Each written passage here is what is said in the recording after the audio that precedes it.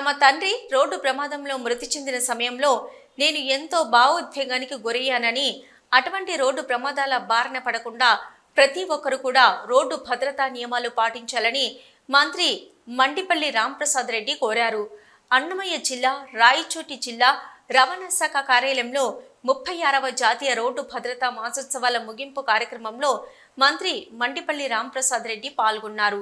ఈ సందర్భంగా మాట్లాడుతూ రోడ్డు ప్రమాదాలపై ప్రజలకు, విద్యార్థులకు, డ్రైవర్లకు నెల రోజుల పాటు అవగాహన సదస్సు నిర్వహించిన అధికార యంత్రాంగాన్ని మంత్రి అభినందించారు. మద్యము, సెల్ ఫోను, అతివేగం కారణంగానే అధికంగా రోడ్డు ప్రమాదాలలో మృత్యువాత పడుతున్నట్లు వారు విచారం వ్యక్తం చేశారు. వాహనదారుల పట్ల పోలీసులు, రవాణా శాఖ అధికారులు జరిమానాలు విధిస్తున్నారని బాధపడుతున్నారే తప్ప మనం చేసే తప్పిదాలను గుర్తుంచుకోవాల్సిన అవసరం ఉందన్నారు. యాక్సిడెంట్ అంటేనే ఆ పేరు వింటేనే ఒక గుండె జల్లుమంటుంది. ఎందుకంటే సగటున ఈరోజు ప్రమాదాల బారి చనిపోయే వాళ్ళు ఎక్కువగా ఉన్నారు. హార్ట్ అటాక్ తోనో లేకుంటే నార్మల్ డెత్తుల కంటే ఈరోజు మన కుటుంబాల్లోనే ఎందనో ఈ యాక్సిడెంట్ వల్ల బలి కావాల్సి వస్తా ఉంది, చనిపోతున్నారు. ఇవన్నీ నివారించాలంటే ముఖ్యంగా అధికారుల వల్ల, ఇంకొకరి వల్ల కాదు, మనలో చైతన్యం రావాలా. మనలో ఎప్పుడైతే చైతన్యం వస్తుందో అప్పుడు ఇలాంటి ఘటనలు జరగకుండా మన కుటుంబాల్లో గాని, మన స్నేహితులను గాని మనం కాపాడుకోవడం జరుగుతూ ఉంటుంది.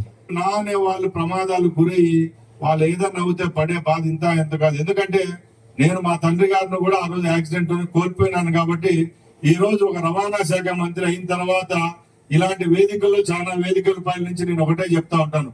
ముఖ్యంగా మనం చనిపోయిన, ఎప్పుడైనా యాక్సిడెంట్ అయి చనిపోయిన వాళ్ళకంటే ఆ కుటుంబంలో ఉండే వాళ్ళు, నా అనే వాళ్ళు పడే బాధ చాలా ఎక్కువగా ఉంటుంది. కాబట్టి ప్రాంతం నుంచి వాళ్ళందరికీ కూడా మనం చెప్తున్నాం, కేవలం స్టూడెంట్సే కాదు, మామూలుగా ప్రైవేట్ వెహికల్స్ కాకుండా ఎవరైతే మన ట్రాన్స్పోర్ట్ కి సంబంధించిన వెహికల్స్ డ్రైవర్లు, మీరు కూడా ఎక్కువ ఆర్టీసీ వాళ్ళనుకోండి, అలాగే ప్రైవేట్ ఆపరేటర్స్ డ్రైవర్లుగా ఉన్న వాళ్ళు కూడా ఎక్కువ మొబైల్ ఫోన్లు వాడుతున్నారు. దయచేసి మీరు కూడా నియంత్రణ పాటించండి. ఎప్పుడైనా మీరు అధికారులు లంచం అడుగుతున్నాను, అధికారులు మాకు కష్టం పెడుతున్నారనో, ఫైన్లు ఎక్కువ ఇస్తున్నారని మీరు చాలా మంది గగ్గోలు పెడతా ఉంటారు. అది ఒక పక్కన పెడితే మనం చేసే తప్పులు కూడా కొన్ని ఉంటాయి. ఆ తప్పులు మనం జరగకుండా ఉంటే మీ తరపున మాట్లాడేదానికి కూడా మాకు కూడా హక్కు ఉంటుంది. కాబట్టి దయచేసి మనకు రాజ్యాంగబద్ధంగా ఏవైతే హక్కులు వస్తాయో ఎవరు కాల రాయలేరు. మీకు ఏదైనా సమస్యలు వచ్చినప్పుడు అధికారులతో మాట్లాడేదానికి మేమున్నాం. తప్పకుండా మీ తరపున నిలబడతాం. ఎప్పుడు ఒకటి వస్తా ఉంటుంది, డ్రింక్ అండ్ డ్రైవ్ లో పట్టుబడితే 10,000 రూపాయలు ఈ గవర్నమెంట్ ఎందుకు పెట్టిందని చెప్పి చాలా మంది బాధపడతా ఉంటారు. కానీ మనం తాగి బండి ఎందుకు నడిపినాం అనేది ఊరు బాధపడ్డంలా. 10,000 రూపాయలు ఇంత ఫైన్ ఎందుకు కలెక్ట్ చేయాలంటారు అంటే, ఏమంటే మళ్ళా 200, 300 ఫైన్ వేస్తే మళ్ళీ మరుసటి రోజు తాగొచ్చు అనుకోని మీరు ఫీల్ అవుతారు చాలా మంది తాగేవాళ్ళు. 10,000 రూపాయలు ఫైన్ ఎందుకు వేసింది ప్రభుత్వం?